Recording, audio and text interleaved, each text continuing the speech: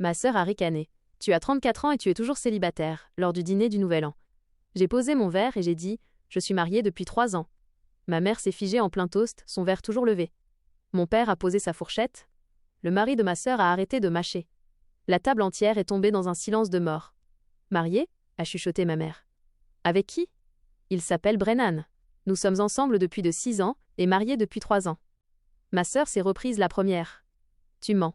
C'est impossible que tu nous aies caché tout un mari pendant 3 ans. Je ne le cachais pas. Je ne vous l'ai juste jamais dit, parce qu'aucun d'entre vous ne s'est jamais soucié de ma vie. C'est tombé exactement comme je l'entendais. Ma famille a décidé de qui j'étais quand j'avais environ 15 ans. Ma sœur Odette était la beauté, la fille sociale. La fille qui ramenait des petits amis à la maison pour avoir leur approbation, et qui publiait des photos de famille à chaque fête.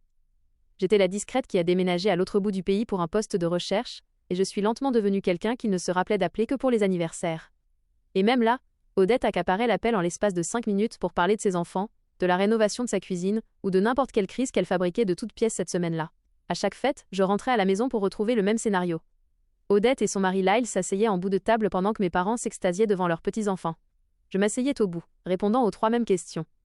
Tu vois quelqu'un ? Tu ne te sens pas seule ? As-tu pensé à faire congeler tes ovocytes ? Ma mère a d'ailleurs sorti cette dernière phrase à Thanksgiving il y a 2 ans, tout en me passant la sauce au canneberge. Pendant ce temps, je vivais déjà avec Brennan depuis 4 ans à ce moment-là. Il m'a demandé en mariage un mardi matin pendant que je préparais le café, parce qu'il disait qu'il ne voulait pas que ce soit une mise en scène. Il voulait que ce soit réel. J'ai dit oui en pyjama, et nous nous sommes mariés au tribunal 3 semaines plus tard. Ses parents ont pris l'avion pour venir, sa sœur a fait un gâteau. Petit, parfait, et à moi. Je ne l'ai jamais dit à ma famille parce que je savais exactement ce qui se passerait.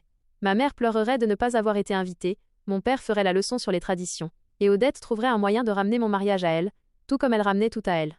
Alors je l'ai gardé pour moi. Ma vie tranquille avec un homme qui m'aimait et qui ne m'a jamais fait me sentir invisible. Après avoir lâché cette bombe, Odette alla,